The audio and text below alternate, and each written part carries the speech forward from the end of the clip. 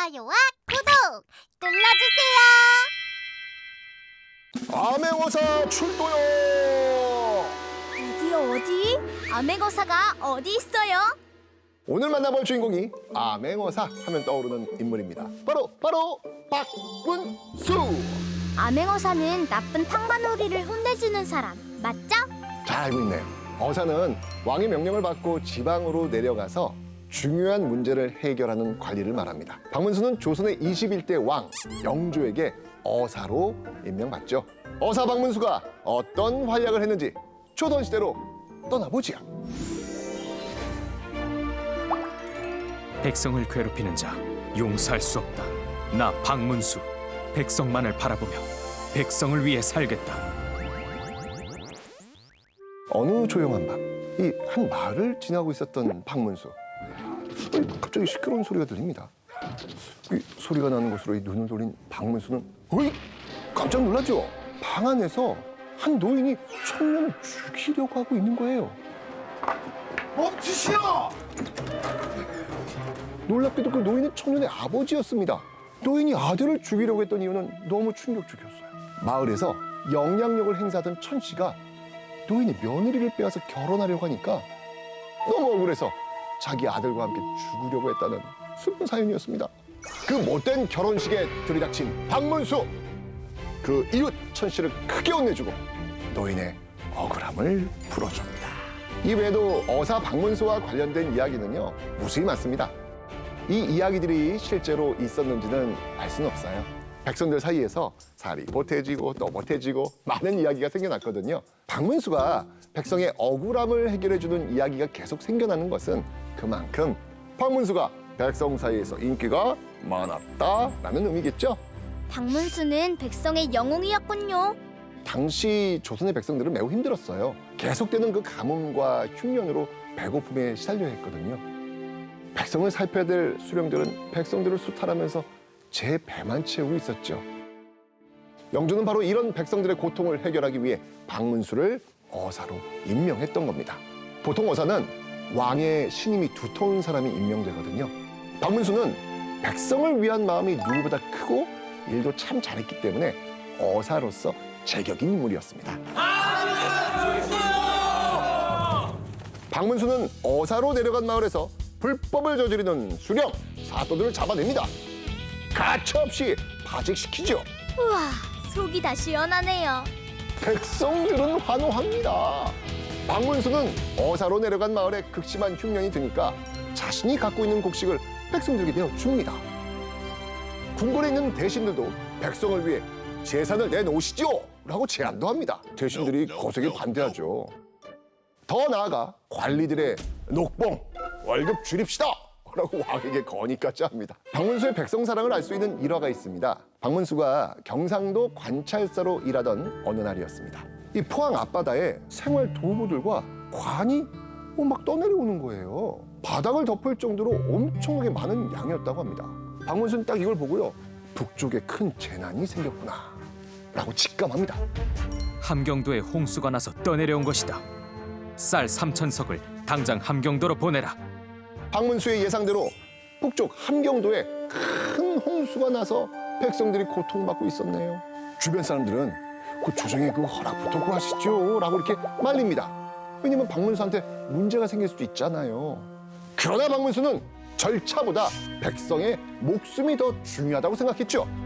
내가 문책을 당하는 건 작은 문제요.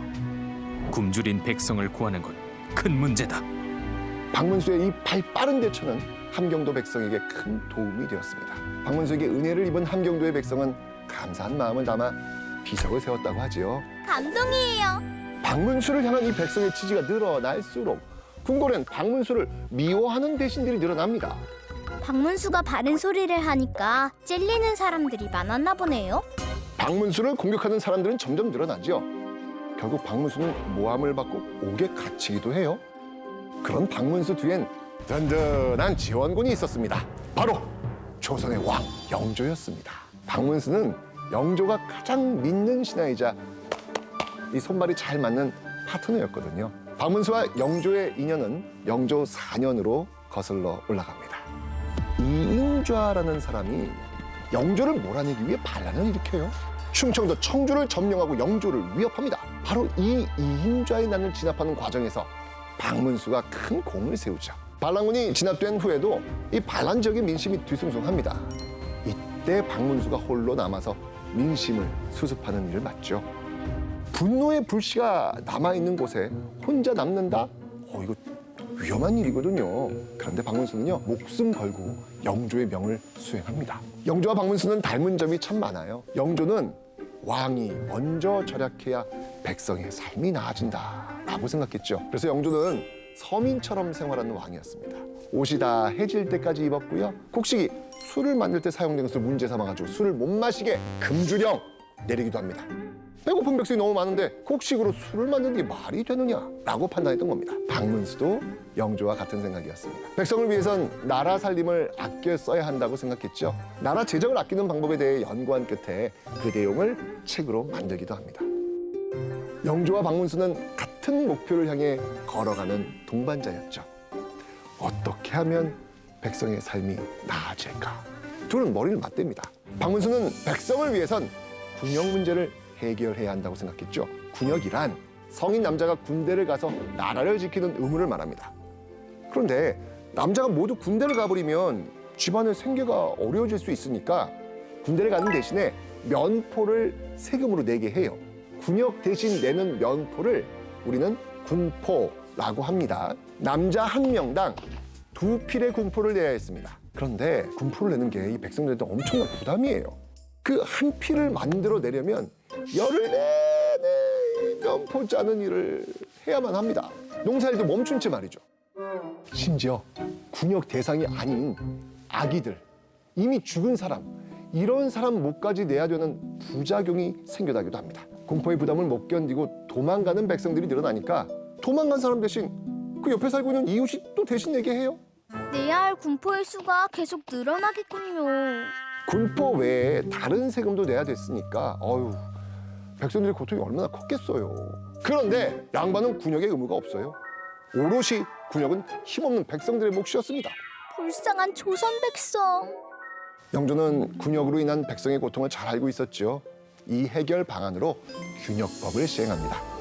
군포를 2필에서 1필로 줄여주는 것이 핵심이었습니다. 백성의 부담을 반으로 줄여주었네요.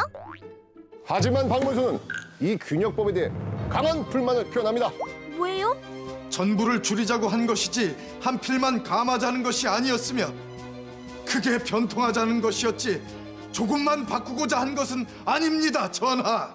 박문수는요, 더 나아가서 양반도 세금 내야 됩니다 라고 주장을 해요. 와우, 당시로서는 아주 파격적인 주장이었습니다. 양반은 군역을 이 신분을 나누는 기준이라고 생각을 했거든요. 군역은 천한 것들이나 하는 거야. 나보고 천한 것들처럼 군포를 내라는 거야? 사실 박문수도 양반이잖아요. 보통의 양반은 양반의 입장을 대변하는데 박문수는 달랐던 겁니다. 백성을 위해선 할 말을 하는 대쪽 같은 사람이었던 것이죠. 심지어요, 왕 영조에게도요 거침이 없었습니다. 백성은 궁핍하고 재물은 고갈되어 하나도 믿을 만한 것이 없으니 300년 종사가 어찌 전하 때에 망하려는 조짐이 아니겠습니까? 국사를 물리치고 마음을 붙이려 하지 않으시니 장차 국가를 어떤 지경에 두려고 그러시는 것입니까? 저러다 영조가 박문수에게 벌을 주면 어떡하죠? 영조도 박문수의 진심을 잘 알고 있었기 때문에 박문수를 내치지 않고요, 박문수 말에 귀를 기울입니다. 영조가 박문수를 얼마나 아꼈냐면요, 박문수가 죽고 매우 슬퍼하며 이런 말을 했다고 하죠. 나의 마음을 아는 사람은 박문수뿐이다. 이제 그 누가 나의 마음을 알 것인가? 영조실록에선 박문수를 이렇게 평가하고 있습니다. 나란 일에 마음을 다했다. 조선 백성의 영웅 박문수를 기억하며 오늘 이야기 끝!